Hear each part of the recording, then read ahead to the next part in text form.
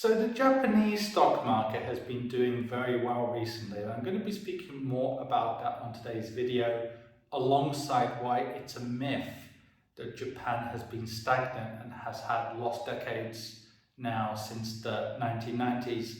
And before doing that, go over to infuriated.com, especially if you're an expat or a high net worth individual, and see how we can help you.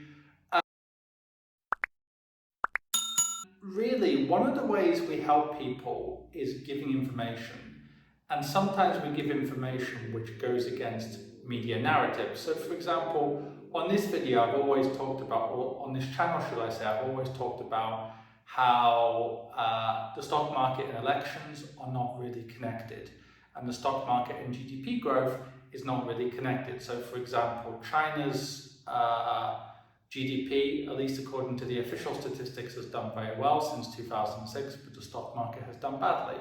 Whereas the US stock market has done well, often during periods where the US has just grown by 2 or 3% per year.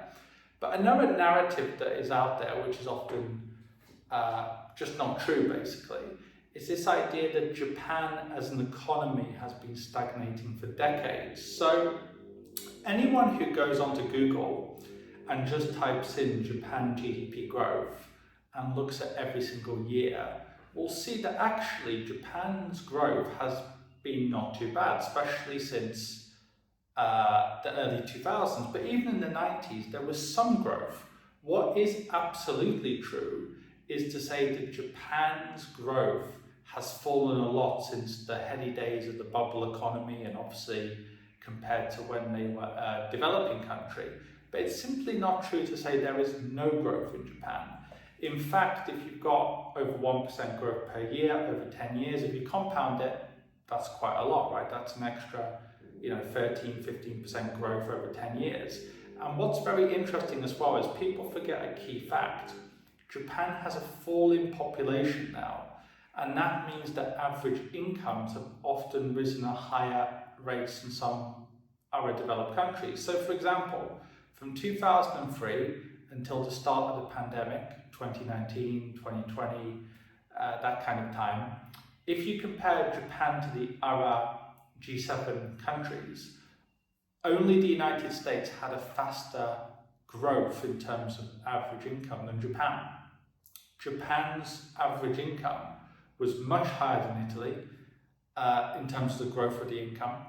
The growth of the income, per capita income, was higher than France as well, higher than Canada, higher than the UK.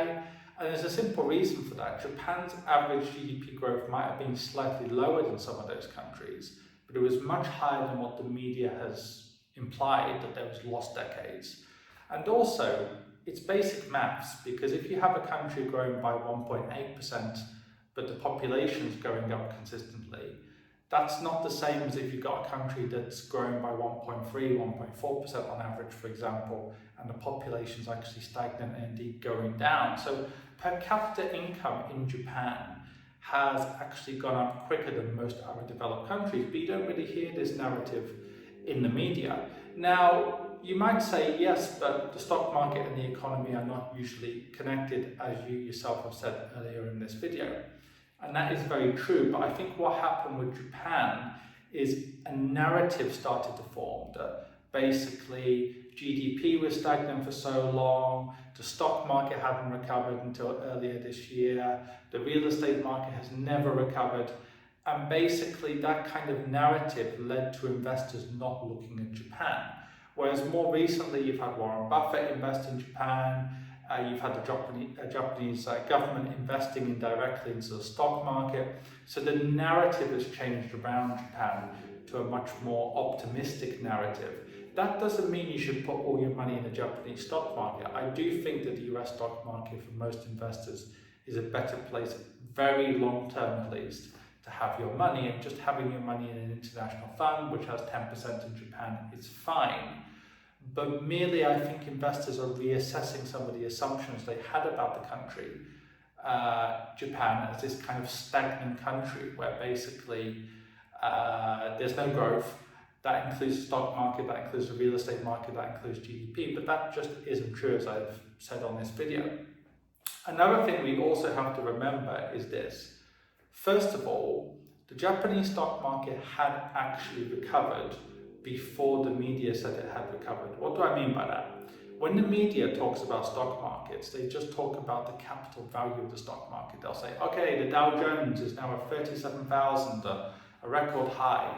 But what they don't report, which many financial journalists think they should, is the total stock market returns, including dividend reinvestment. So for example, a lot of people don't know this, but the Dow Jones now, if you included all the dividend reinvestments, the actual price would be over 100,000.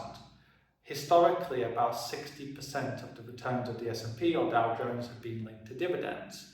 So if somebody would have bought the Dow Jones, for example, when it was at, 200 or 500, they wouldn't now be sitting on the investment worth 37,000, it would be worth over 100,000 because you have to reinvest the dividends. People remember this when it comes to real estate investing. When it comes to real estate investing, people know that if you've got a house which is stagnant or falling slightly, that's not great.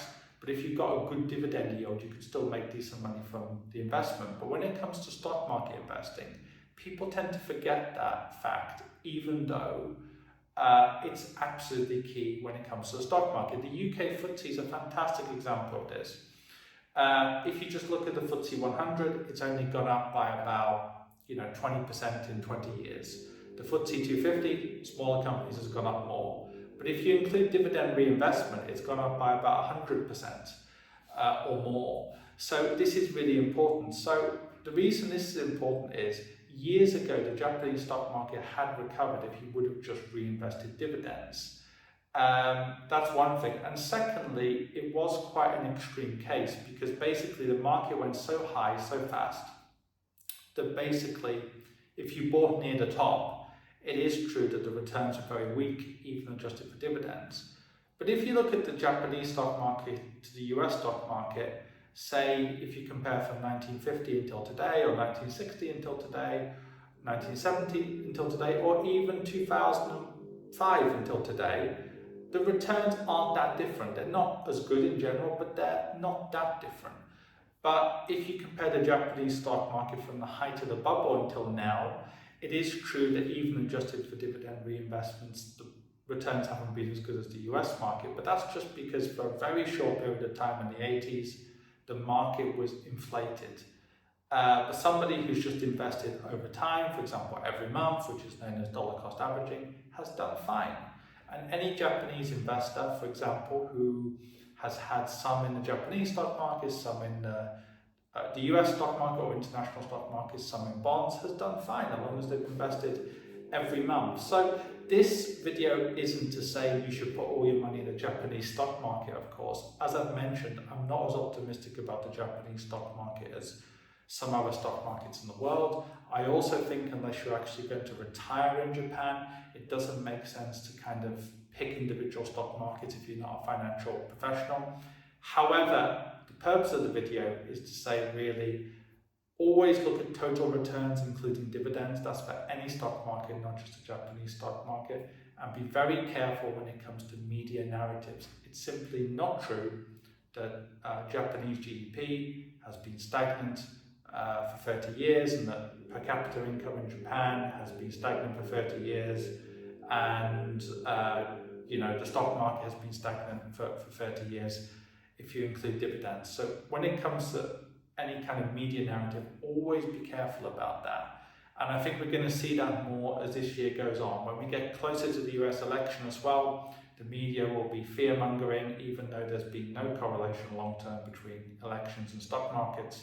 That's been shown in the last two elections where US stock markets skyrocketed despite very unexpected results in many cases. So always be careful when the media has these really simplistic explanations about a whole country. Anyways, I'm very, very pleased and positive to say that I believe I've picked the right one.